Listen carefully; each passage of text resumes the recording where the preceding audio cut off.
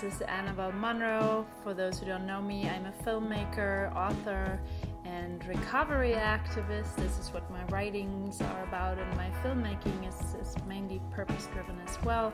I recovered myself, as many of you know, from an eating disorder and other addictions, and I'm out there to share my tools with you because I don't think that enough people know how accessible full recovery really is. A lot of people are under the misconception that you have to deal with an addiction all your life, especially eating disorders, that you can only manage them. Welcome back.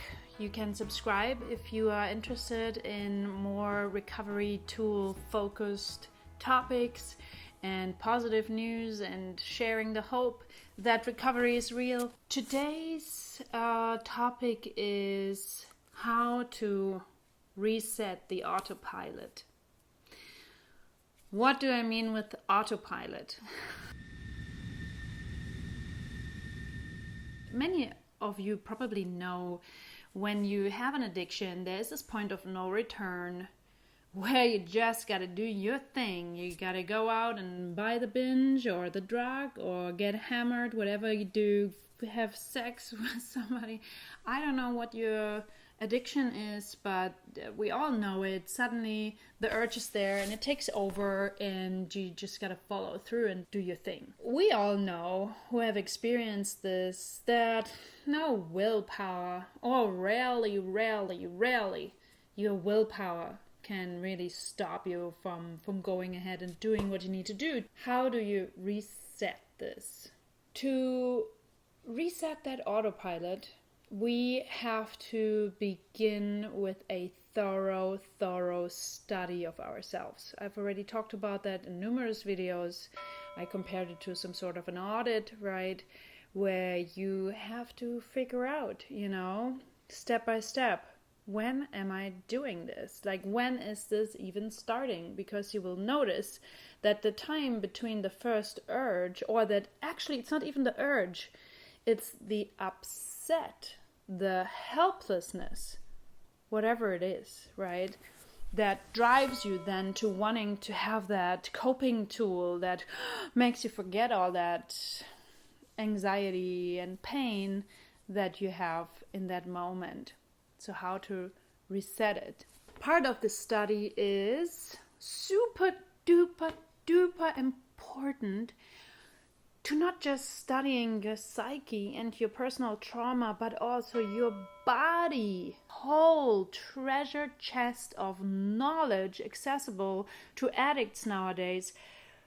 It helped me so much to de-dramatize my situation by just going full on biology.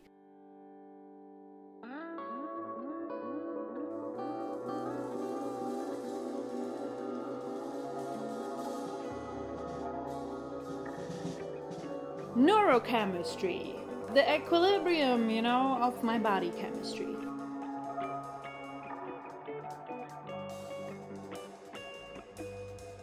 That was such a magical discovery journey for me, to study, hey, what actually happens in the brain and in the body of an addict. So I learned, for example, that so I had an eating disorder, right? I had all sorts, bulimia, anorexia. It all came and went and worked together and cluster effed me so badly for such a long time. And so knowing how it all works was so interesting because, I did it, right? I engaged in this first time throwing up or binging and purging or restricting for a week or whatever, and then binging because my body is just so deprived. And I noticed, oh my God. So I did this crazy experiment with my body 3 times, and then I tempered with my body chemistry. So what happens with my body is I'm doing this unhealthy thing. I'm introducing the drug. I'm introducing this new, not natural behavior, right? Or these toxins in a overload. And my body is trying to cope with it. So now I do this a few times, and my body now thinks, oh, right, okay, this crazy stuff is now the new normal.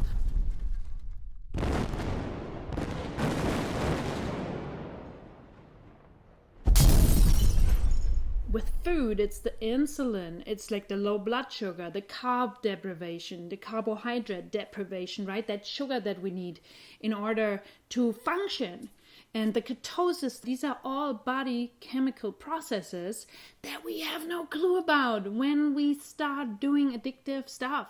That is what sets that autopilot. So is it you and your willpower who fixes that autopilot? No, because it works on a completely different level. It's your vegetative and nervous system that is calling the shots once addiction is introduced. Can you really do anything about it in the way you thought you would? No.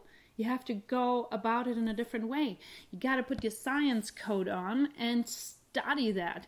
Once you know it, you get such a better understanding of what's happening in your body and what you are doing, because it's not you doing it, it is it doing you. Okay?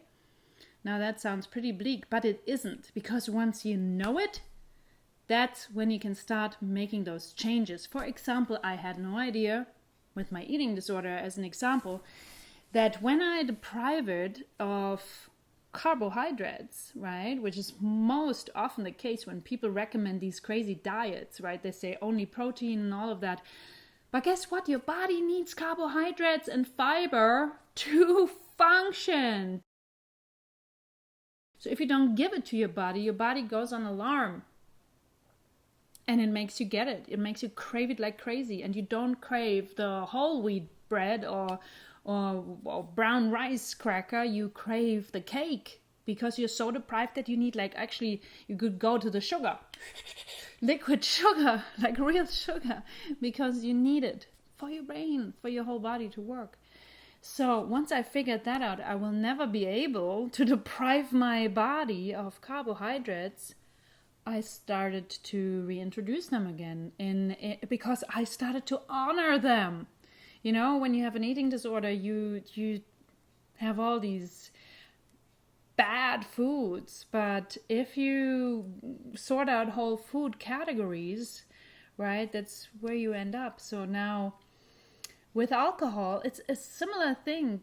Study what happens, you know, to the liver and how this dependency really translates in a chemical way.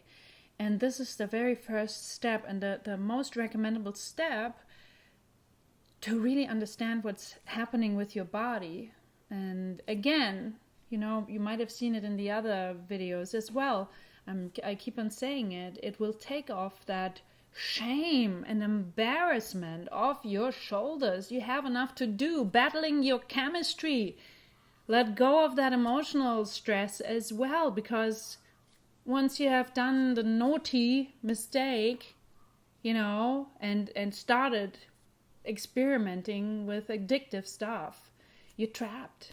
You're just trapped without even knowing it. But you can get out of there by studying it, and by giving your body what it needs, and then also by giving your soul what it needs. Because obviously addiction recovery is not just the chemical component, it is also the emotional component. It's that balance of body, mind, and soul. And I have experienced it, and I'm so grateful and happy, and I want to share this experience with you, and I want to give you the hope. It is real, and you can do this, and I know if I could do it, you can do this too. And I send my love and my compassion out to you. You are not alone. So many people struggle with this. So if you're starting to watch videos, this is great. Reach out, find a therapist that cares about you. You can do it. I love you and I support you. Subscribe. Find me and my community on Facebook under Recover-ED. Love to you. Follow your bliss. See you soon.